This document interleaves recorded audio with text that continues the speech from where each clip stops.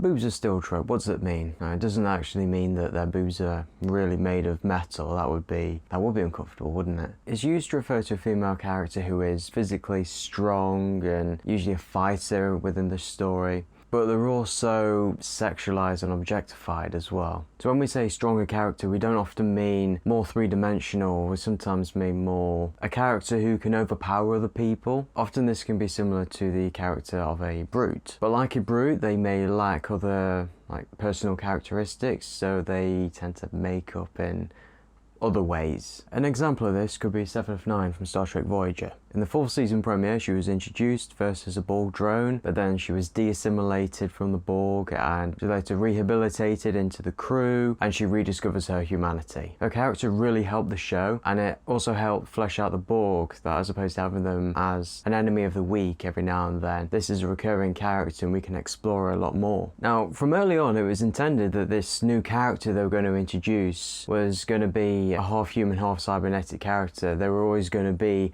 a former member of the Borg collective. However, it was later decided by showrunner Rick Berman to give her more sex appeal, target that young male demographic. If you look at a uniform, it leaves little to the imagination, compared to other uniforms that were quite sensible. Hers really wasn't. Jeri Ryan, who played Seven of Nine, said that the costume itself was very uncomfortable. She struggled to breathe, she would often pass out, and bathroom breaks took upwards of 20 minutes. Although she did hail the costume itself as a feat of engineering. But putting the sexualization aside, she was a very well-rounded character. There were plenty of episodes that delved into the trauma of being part of the Borg collective. Also look at her assimilation from when she was a child. She never really had an adulthood. That she was a child, she got assimilated, and then she grew up, and then she was liberated. She hasn't had the same experiences that most humans have done growing up, so she's having to catch up on that really, really fast. She knows a lot in the way of technical information, but in terms of social cues, she's very lacking.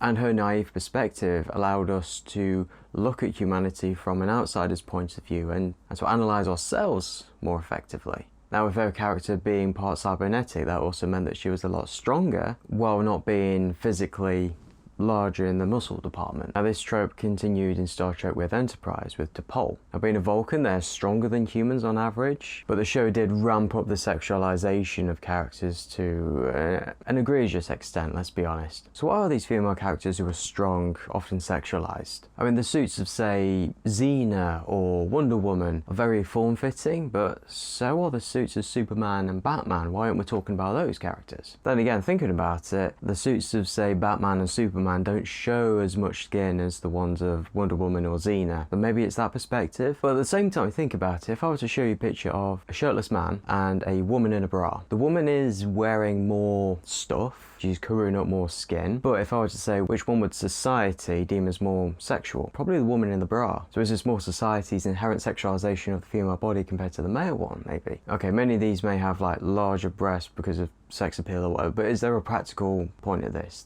Does having more muscle mean that you have larger breasts? Well, yes and no. You gain more muscle mass, your muscles will get bigger, obviously, and so your pectorals, the ones here. Now, if they get larger, then your breast tissue that sits on top would also appear to expand, even though your breasts aren't. So maybe there's that. Okay, what about anabolic steroids? It can cause something called gynecomastia in males, where there's a hormone imbalance it introduces more estrogen into the body that causes growth in the breast tissue, causing larger visible breasts. Think Bob from Fight Club. Okay, that sounds plausible, but then again, it's that same hormone imbalance that causes a rise in testosterone in women that would make breast tissue shrink. So that can't be an explanation. Okay, film and TV have a complicated relationship with science. So, alright, it's a bit mixed, but maybe we should look somewhere else. I mentioned the male demographic before. Maybe it's just something to do with the male gaze, that they want to attract more people in to watch it because there's sexualized women. Or the boobs are still trope fits